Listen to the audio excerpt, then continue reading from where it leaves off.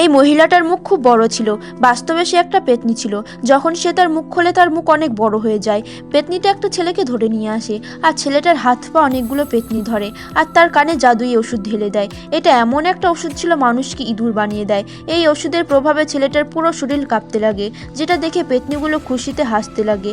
আর তখনই ছেলেটা হঠাৎ করে হাওয়ায় ওপরে উঠে যায় আর তার শরীর থেকে বুলবুল বেরোতে থাকে আর ছেলেটা একটা ইঁদুরে পরিণত হয়।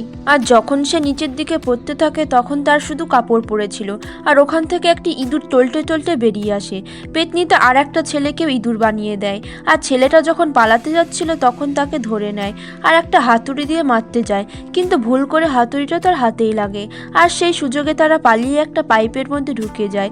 আর তাদের ধরার জন্য পেতনিটা পাইপের মধ্যে হাত ঢোকাতেই তার হাত পাখার মধ্যে ঢুকে গিয়ে কুচি কুচি হয়ে যায় আর পেতনিটা ব্যথায় চিল্লাতে লাগে। তো বন্ধুরা, ভিডিওটা ভালো লাগলে লাইক, কমেন্ট আর সাবস্ক্রাইব করতে ভুলবে না কিন্তু।